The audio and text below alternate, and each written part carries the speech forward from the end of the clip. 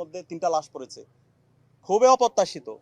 এই জুলাই বিপ্লব পরবর্তী যদি এইভাবে আবার লাশের কথা আমাদের শুনতে হয় এবং শতাধিক জায়গায় আমরা হামলার চিত্র আপনারা দেখতে পেয়েছেন, আমরাও প্রতিনিয়ত পাচ্ছি। ইতিমধ্যে আমাদের ডাকসুর জিএস যে তালিকা পাঠ করেছেন, আমাদের তালিকাটা আর অনেক দীর্ঘ, আমরা ডকুমেন্টেশন করছি এবং প্রত্যেকটা ডকুমেন্টস আমাদের কাছে আছে, আমরা আপনাদের কাছে দিয়ে দিব। তো এটা আমরা অবাক হয়েছি, যেখানে এই জুলাই বিপ্লব হয়েছে এই ফেসিবাদী কাঠামো ভেঙে দেওয়ার জন্য, হাসিনাবাদী যে রাজনীতি, সেই রাজনীতিকে ভেঙে নতুন রাজনীতি বিনির্মাণ করার জন্য। কিন্তু আমরা দেখতে পাচ্ছি সেই হাসিনার রাজনীতি, যে ফেসিবাদী আমলে যেমন দেখতে পেয়েছি নির্বাচন পরবর্তী সহিংসতা, মারামারি, হুমকি, দেখে নেওয়ার হুমকি, সেই রাজনীতি আমরা আবার দেখতে পাচ্ছি। 24 ঘন্টায় 3টা লাশ পড়েছে, শতাধিক জায়গায় হামলা হয়েছে। আমরা হুঁশিয়ার করতে চাই, যারা এখন দায়িত্বশীল পর্যায়ে এসেছেন, যারা সরকারি দল হবেন, প্রত্যেক নাগরিকের নিরাপত্তা আপনাদেরকে ইনশিওর করতে হবে। আর যদি একটা লাশ পড়ে এবং এই লাশ যারা ফেলিয়েছে তাদেরকে বিচার আওতায় নিয়ে আসতে হবে। যদি আপনারা ব্যর্থ হন তাহলে আমরা আবার রাজপথে নামবো, আবার আবু সাঈদের উত্তরসূরি রাজপথে নামবে। আমাদের কাছে প্রত্যেক মানুষের নিরাপত্তা গুরুত্বপূর্ণ এবং এই শতাধিক জায়গায় যে হামলা হচ্ছে, যে মাফিয়া তন্ত্র শুরু হয়েছে, যে সন্ত্রাস তৈরি হয়েছে, এখনই বন্ধ করতে হবে। আপনি নির্দেশনা দেন, আপনাদের কর্মী নেতা কর্মী যারা আছে, জনাব তারেক রহমান, তাদেরকে আপনি সুস্পষ্ট নির্দেশনা দেন। এই সন্ত্রাসবাদী রাজনীতি বাংলাদেশে চলবে না, এই হুমকি দেওয়ার রাজনীতি বাংলাদেশে চলবে না। আমি আন্তরিকভাবে ধন্যবাদ জানাই 11 দলীয় জোট এবং 11 দলীয় জোটের বাংলাদেশ জামাত ইসলামীর আমির ডাক্তার শফিকুর রহমানকে। নির্বাচন পরবর্তী চাইলে উনি দেশে অনেক ধরনের অস্থিতিশীল করার কথা বলতে পারতেন এবং ফিল্ড লেভেলে কিন্তু ওই ধরনের চাপ ছিল, কিন্তু তিনি সারা দেশের নেতাকর্মীদেরকে শান্ত থাকার জন্য নির্দেশ দিয়েছেন এবং রায় মেনে নিয়ে যে সমস্ত জায়গায় আপত্তি আছে সেগুলো নিয়মতান্ত্রিকভাবে সেগুলো উত্থাপন করার জন্য তিনি নির্দেশনা দিয়েছেন। তো সরকারি দল যারা হচ্ছে তাদের তো দায়িত্ব ছিল তাদের নেতাকর্মীদেরকে এই ধরনের সাবধান করা, কিন্তু আমরা দেখতে পেয়েছি তার ব্যর্থ দেখতে পেয়েছি। সারা দেশে স্টিল হামলা চলছে এবং ঢাকা বিশ্ববিদ্যালয়ে আমাদের 4 জন শিক্ষার্থীদের উপর হামলা হয়েছে, তাদের পরিবারের উপর হামলা হয়েছে, হাসপাতালে বেঁধে একজন শিক্ষার্থী এখনো কাতরাচ্ছে, যেটা আমাদের অনেক বেশি এই ঘটনাগুলো দেখে আমরা এবং পুরো জাতি অনেক বেশি হতাশ হচ্ছে। তা আমরা আশা করব বিএনপির জায়গা থেকে এবং যারা সরকারি দল হচ্ছে এই জায়গায় যারা এই সমস্ত হামলা করছে এবং এই ধরনের হুমকি দিচ্ছে তাদের বিরুদ্ধে যেন দ্রুত সময়ের মধ্যে ব্যবস্থা গ্রহণ করা হয়। এরাই দেশের স্থিতি অবস্থা চায় না, তারা দেশে গণতন্ত্র চায় না, তারা এখানে বাংলাদেশের মধ্যে সে আবার মাফিয়াতন্ত্র চায়। সুতরাং এই যারা মাফিয়াতন্ত্র চায়, যারা সন্ত্রাসী, তাদের বিরুদ্ধে আমাদের জিরো টলারেন্স নীতি ঘোষণা করতে হবে। আমরা আশা করব জনাব তারেক রহমান সে জায়গায় তিনি তার নেতাকর্মীদেরকে সামলাবেন। আজকে এরই মধ্যে আমরা দেখেছি গ্যাজেট হয়ে গেছে এবং গ্যাজেট প্রকাশের পর নিয়মটা হলো 3 দিনের মধ্যে শপথ পড়াতে হয়। শপথ পড়ানোর পর সরকার গঠন হবে, কে কে মন্ত্রী হবেন না হবেন সেটাও আমরা জানতে পারবো। আমরা সবাই জানি যে বিজয়ী দল বিএনপির যিনি প্রধান নেতা জনাব তারেক রহমান, তিনিই প্রধানমন্ত্রী পদের জন্য একমাত্র প্রার্থী এবং এটা বলে দেওয়ার অপেক্ষা রাখে না, সবাই জানেন যে উনি প্রধানমন্ত্রী হচ্ছেন। ওনারটা নয় বোঝা গেল, অন্য অন্য মন্ত্রী কে হবেন অথবা রাষ্ট্রপতি যিনি আছেন বাংলাদেশে, ওনার কিন্তু আরও কিছুদিন মেয়াদ আছে। উনি কি সেই মেয়াদ পর্যন্ত থাকবেন নাকি ওনাকে সরিয়ে দেওয়া হবে এবং বিএনপি নতুন করে কাউকে রাষ্ট্রপতি বানাবেন? এই প্রশ্নগুলো কিন্তু জরুরি। আগে রাষ্ট্রপতি বিষয়টা কথা বলি। যিনি এখন রাষ্ট্রপতি আছেন উনি আওয়ামী লীগ সরকারের রাষ্ট্রপতি ছিলেন এবং যেহেতু আওয়ামী লীগ সরকারের একটা অস্বাভাবিক প্রক্রিয়ায় পতন হয়েছে, মানে আওয়ামী লীগকে ফ্যাসিবাদী সরকার হিসাবে বিবেচনা করে এদেশের মানুষ তার পতন ঘটিয়েছে, এদেশে ফ্যাসিবাদী সরকারের যিনি রাষ্ট্রপতি তার প্রতিও কিন্তু সে ধরনের মনোভাব প্রকাশিত হতেও পারে, হওয়াটা অস্বাভাবিক কিছু না। কিন্তু ইন্টারেস্টিং হলো গত 1.5 বছরে এই রাষ্ট্রপতিকে অপসারণের জন্য নানা ধরনের চেষ্টা করা হয়েছিল। সেই সময় বৈষম্যমূলক ছাত্র আন্দোলন যারা ছিল তারা চেষ্টা করেছিলেন। অন্তর্বর্তীকালীন সরকার যেটা ছিল সেই সরকারের যিনি প্রধান ডক্টর ইউনূস, উনিও তার সঙ্গে নানাভাবে অপমানসূচক আচরণ করেছেন। কারণ সাধারণত একটা নিয়ম থাকে যে সরকার প্রধান বিদেশ থেকে ভ্রমণ করে এলে বিদেশ কোনো সফর শেষে দেশে ফিরে রাষ্ট্রপতির সঙ্গে দেখা করেন, যেটা এই অন্তর্বর্তীকালীন সরকারের প্রধান একবারও করেননি।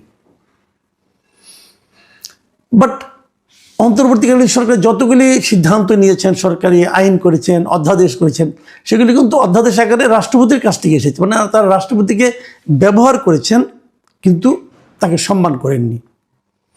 হতে পারে যে উনি হাসিনা সরকারের নিয়োজিত রাষ্ট্রপতি, এই জন্য তাকে অসম্মান করে ওনারা এক ধরনের আমোদ পেয়েছেন।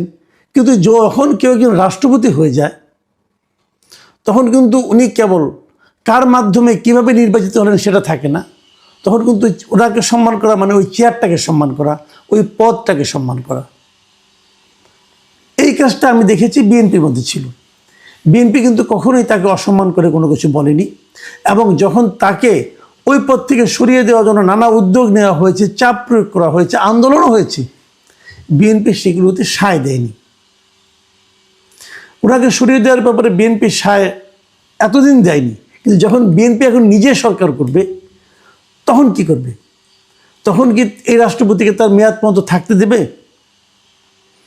নাকি তারা নিজেদের রাষ্ট্রপতি নিয়োগ করবে? নাকি প্রধানমন্ত্রী, যেহেতু মন্ত্রী পরিষদ যখন গঠিত হবে, সেই শপথ কিন্তু এই রাষ্ট্রপতি পড়াবেন। এই রাষ্ট্রপতি তারেক রহমান সহ ওনার মন্ত্রী পরিষদ যেটা হবে, সেটাকে এই রাষ্ট্রপতি কিন্তু শপথ পড়াবেন। মাঝখানে একটা নিউজ দেখেছিলাম, রাষ্ট্রপতি বলেছিলেন যে যদি বিএনপি চায় যে তারা অন্য রাষ্ট্রপতি নিয়োগ করবে, তাহলে উনি সেই জন্য বাধা হয়ে দাঁড়াবেন না, উনি নিজেই সেখান থেকে সরে যাবেন। আমি মনে করি এটা ওনার অবশ্যই একটা সৌজন্যতার পরিচয় উনি দিয়েছেন। সে আলোচনা করা যেতে পারে, অথবা জাতীয় সংসদে কিন্তু রাষ্ট্রপতি তারা ইমপিচ করতে পারে, সরিয়ে দিতে পারে ভোটের মাধ্যমে। যে প্রক্রিয়া গঠন হয় সেই প্রক্রিয়া সরিয়ে দেওয়া যায়। এখন এই কোন পদ্ধতিতে কি হবে, এটা হয়তো আমরা সময়ে দেখতে পারবো। তবে আমি আশা করব বিএনপি এমন কিছু করবে না যাতে নাকি এটা নিয়ে আরেকটা সমালোচনার তৈরি হয়। আমি নিজে প্রিফার করব তারা রাষ্ট্রপতির সঙ্গে আলাপ আলোচনার মাধ্যমে যদি রাষ্ট্রপতি নিজে থেকেই পদত্যাগ করেন এবং তাদেরকে নতুন রাষ্ট্রপতি নিয়োগের সুবিধা করে দেন, বিএনপি সেই পথে যাওয়াটাকে আমার পছন্দনীয় মনে হবে। আর যদি বিএনপি অতি বেশি উদার হন, তাহলে তারা বলবেন যে ঠিক আছে, আপনি আপনার মেয়াদ পর্যন্ত কন্টিনিউ করেন, তারপরে আমরা দেখব। তবে সে ধরনের উদারতা আমাদের দেশে সাধারণত আমরা দেখিনি। বাইরে কিন্তু হয়। ইন্ডিয়াতে আমরা দেখেছি প্রণব মুখার্জি যখন বিজেপি সরকারে আসে, তখন কিন্তু প্রণব মুখার্জি রাষ্ট্রপতি ছিলেন, কংগ্রেসের রাষ্ট্রপতি ছিলেন। তিনি কিন্তু তার পূর্ণ মেয়াদ কন্টিনিউ করেছিলেন। যাই হোক, সেটা অন্য হিসাব, ওদের হিসাব যদি আমাদের চলবে না।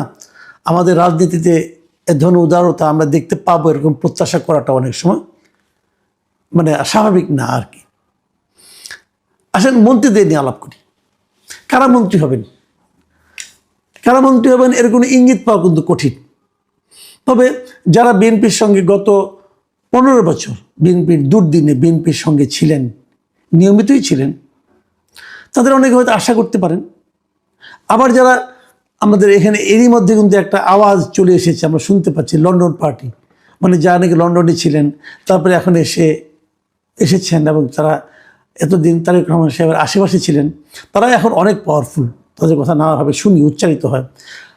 এই উচ্চারিত হওয়াটাও কিন্তু আমার কাছে আশঙ্কাজনক মনে হয়। আমি এটা খুব শুনতে আমার ভালো লাগে না। যাই হোক, সেটা আমার ব্যাপার, আমার ভালো লাগে না, আল্লাহকে কী আসে যায়। কিন্তু তাদের মধ্যে অনেকে মন্ত্রিত্ব পাচ্ছেন, এর ধরনের কথা আমি শুনতে পাই। এটা খুব স্বাভাবিক যে গত 17 বছর তারেক রহমান সাহেব যখন লন্ডনে ছিলেন, এই লোকগুলি ওনার আশেপাশে ছিলেন এবং এদের পরামর্শ উনি নিয়েছেন এবং এদের সঙ্গে কোনো বিষয়ে মত বিনিময় করতে, আলাপ আলোচনা করতে উনি স্বাচ্ছন্দ্য বোধ করেন। এটা খুবই স্বাভাবিক। তাদের উপর উনি আরও নির্ভর করতে চাইবেন, এটাও স্বাভাবিক। তবে আমার পরামর্শ হবে, তারেক রহমান সাহেব উচিত হবে এই যাদের সঙ্গে উনি কথাবার্তা বলে আলাপ আলোচনা করতে স্বাচ্ছন্দ্য বোধ করেন, তাদের মন্ত্রিত্বের মতো দায়িত্বে না দিয়ে ওনার উপদেষ্টা পরিষদের মতো একটা গঠন করে তাদের সঙ্গে সেই প্রক্রিয়া আলাপ আলোচনা করে যেন চালিয়ে যান। এটা ওনার জন্য সুবিধা হবে। যে কোনো একটা ইস্যুতে ওনার নিশ্চয়ই কিছু পরিচিত লোক আছে যার সঙ্গে কথা বলে আরাম পান, এবং যার পরামর্শগুলি উনি একদিন দেখেছেন দল পরিচালনা করতে গিয়ে, যে কার পরামর্শ ওনার কাছে বেশি গ্রহণযোগ্য মনে হয়, সেটা যেন উনি ওভাবেই যেন ওদেরকে রাখেন, এবং সেই পরামর্শ দেওয়াটাও কিন্তু একটা জরুরি কাজ। সেটা হলে আমার মনে হয় ভালো হবে। আর মন্ত্রিত্ব যখন চালাতে যাবে, একটা কথা মাথায় রাখা দরকার, সেটা যেন জাতীয় স্বার্থে যাদের দিয়ে কাজ করালে দেশের উন্নতি হবে, জাতির উন্নতি হবে, তাদেরকে যেন উনি সেই সমস্ত গুরুত্বপূর্ণ পদগুলিতে দেন। আমি নিজে নতুনদেরকে ট্রাই করার পক্ষপাতী।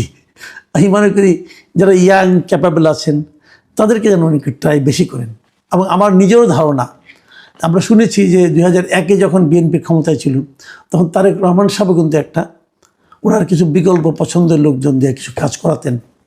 তার ফল ভালো কি মন্দ হয়েছে জানি না, বাট ওনার এই স্টাইলটা আছে যে উনি যাদের সঙ্গে কাজ করে স্বাচ্ছন্দ্য বোধ করেন তাদেরকে আশেপাশে রাখেন।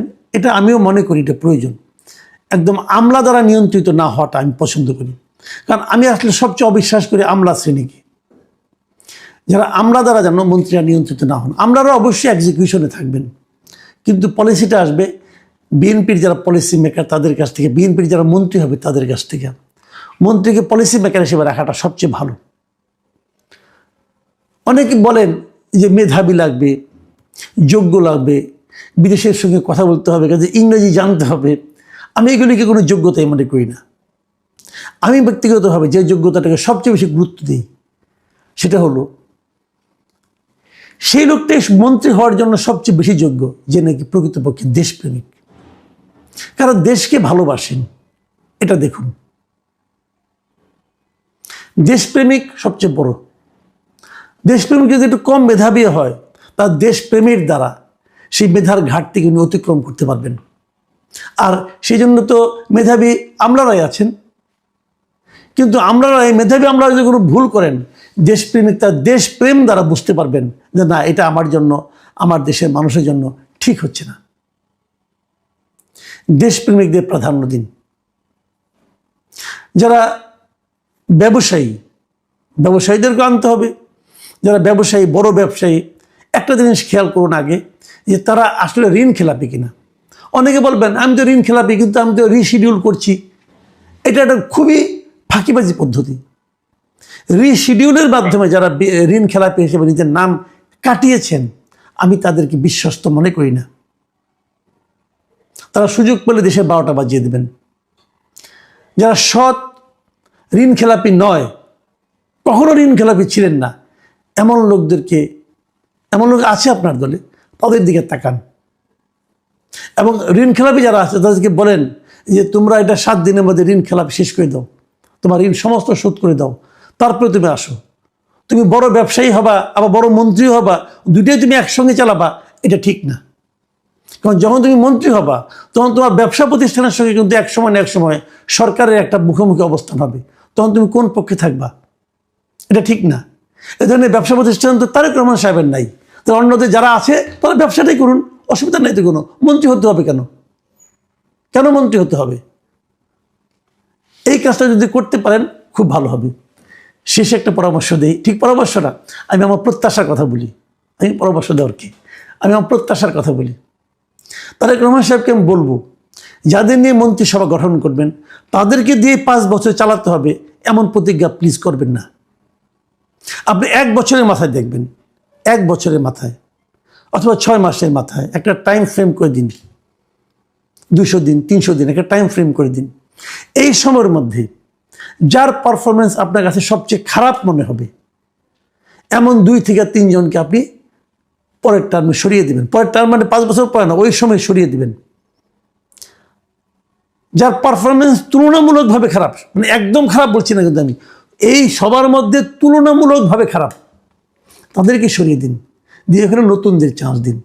এতে কি হবে জানেন? পরের 100 দিনের জন্য অন্য কেউ আর তুলনামূলকভাবে খারাপ হতে চাইবে না। এই ধরনের একটা কম্পিটিশন থাকলে পরে আমি মনে করি যে আপনি একটা ভালো কিছু পাবেন। আরেকটা কথা বলি, যাদের বিরুদ্ধে দুর্নীতির অভিযোগ আছে এরকম অনেক লোককে কিন্তু আপনি দল থেকে বের করে দিয়েছেন চাঁদাবাজির অভিযোগে, দুর্নীতির অভিযোগে। একটা কথা মাথায় রাখবেন, দেশের মানুষ পরিবর্তন কিন্তু আপনি দায়িত্ব নেওয়ার পর দিন থেকে দেখতে চাইবে। সেখান থেকে বাঁচতে হলে প্রথম এবং প্রধান কাজ সারা দেশে চাঁদাবাজি যারা করেন, দখলদারিত্বের সঙ্গে যারা জড়িত আছেন তাদেরকে একটা কঠোর মেসেজ দেওয়া। সেই মেসেজটা হবে কীভাবে? 2-1 জন চিহ্নিত চাঁদাবাজকে ধরুন, তাদের বিরুদ্ধে ফৌজদারি মামলা করুন এবং তাদেরকে আইনের আওতায় নিয়ে আসুন। এটা করা আপনার জন্য 10 মিনিটের কাজ আসলে, যদি আপনি চান। আপনি তো তাদের বিরুদ্ধে অনেককে তো আপনি বহিষ্কার করেছেন, কিন্তু আইনগত কোনো ব্যবস্থা নিতে পারেন না, কারণ আপনার হাতে আইন ছিল না, সামনে নির্বাচনের ভয় ছিল, অনেক কিছু ছিল। এখন তো আর সেগুলো নেই। এই কাজটা করুন প্লিজ। আমরা বিএনপি সরকারের সাফল্য দেখতে চাই। ও, আরেকটা কথা বলে শেষ করি। আজকে আপনার প্রেস কনফারেন্স দেখলাম, আমাদের দেশীয় কয়েকজন সাংবাদিককেও দেখলাম কথা বলতে, কিঞ্চিত মুসাহেবিও দেখলাম। এটা আগামীতে বাড়তে থাকবে। সাংবাদিক এবং বিচার বিভাগ, মানে মানে মিডিয়া এবং বিচার বিভাগ, এই দুটো বিভাগের কাজ হলো সরকারকে প্রশ্ন করা, সরকারের ভুলগুলোকে দেখিয়ে দেওয়া এবং ভুল হলে তার বিচার করা। এই দুটো বিভাগকে যদি ঠিক করতে পারেন, তাহলে আমার মনে হয় অনেক কাজ আপনার জন্য সহজ হয়ে যাবে। মোসাহেব সাংবাদিকদের থেকে সতর্ক থাকুন, তাদেরকে দূরে রাখুন। প্রিয় দর্শক, নতুন সরকার আসছে, তাদের নিয়ে আমাদের অনেক আশাবাদ, অনেক কিছু